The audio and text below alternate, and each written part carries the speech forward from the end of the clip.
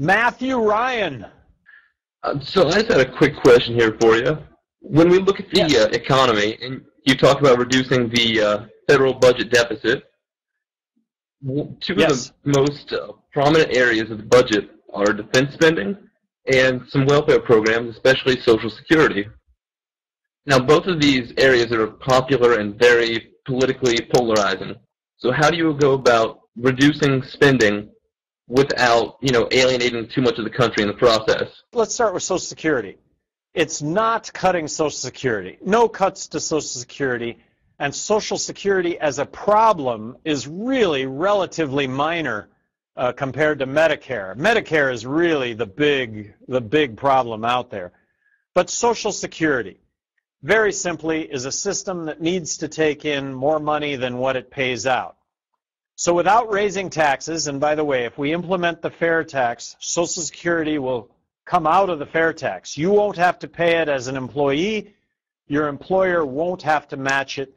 It will come out of the fair tax. But Social Security, without raising taxes, we need to raise the retirement age.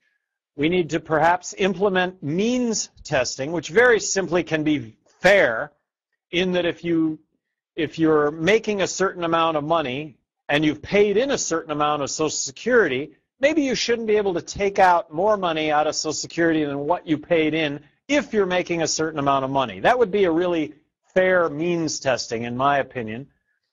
Thirdly would be to change the escalator that's built into Social Security from the wage index to the inflation rate. That would make it solvent way off into the future.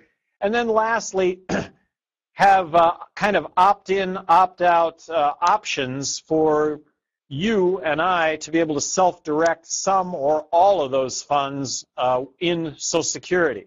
I don't have any definite plans for how to do that, but I think as this campaign goes on, there may be a lot of viable plans out there that I just don't understand as well as I will understand. But take all those in combination, there you have Social Security. Medicare and Medicaid, big expenditures. As governor of New Mexico, I reformed Medicaid in New Mexico. We took it from a fee-for-service, and this is Medicaid, health care to the poor. We took Medicaid in New Mexico, changed it from a fee-for-service model to a managed care model. We improved the delivery of Medicaid in New Mexico significantly and saved a lot of money. I believe if the federal government were to have block granted New Mexico a fixed amount of money, 43% less than what we were currently spending, and done away with all the strings and the mandates regarding Medicaid, that I could have overseen a successful delivery of health care to the poor in New Mexico. I maintain that I could have done and could do today the same thing with Medicare, which is the delivery of health care to those over 65. Medicare is a fee-for-service model right off the bat, so just changing that to a managed care model would save a lot of money. But the only way we're going to deal with these two issues is to give them back to the states. 50 laboratories of innovation and best practice that would do just that. In my opinion, there would be spectacular success that would get emulated because we're really competitive as states. I think we would also see some spectacular failure that we do everything to avoid. But the notion that Washington knows best, the notion that Washington top-down has the answers, there's no way that can work. That is a model that just can't work. So give Medicaid and Medicare back to the states, cut it 43%, and let them innovate to make that happen. Based on my experience, I could have made that happen. Defense. The operative question is, can we provide a strong national defense for this country and cut military spending by 43%? My answer is yes, a resounding yes. The operative word here being defense as opposed to offense, as opposed to nation building. So when you talk about a 43% reduction in military spending, you're talking about those in uniform, you're talking about the civilians that support those in uniform. You're talking about nuclear warheads from 2,300 to 500.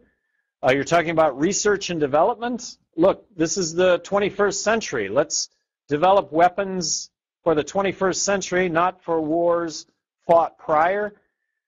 This is also in the intelligence area. This is also getting out of the conflicts that we're currently involved. And one cut that I would never, ever advocate for when it comes to the military, when it comes to defense spending, are the obligations that we have to veterans that have been wounded or have been damaged as a result of their service. And by damaged, injured, seriously injured, whether that be psychologically or whether that be physically, that we have an absolute obligation for the rest of their lives to meet our obligation. And I'm not talking about cutting any of that, that's something that needs to be taken care of. So that's the military side of it. Medicaid, Medicare, military spending, Social Security. Hey, that sounds good.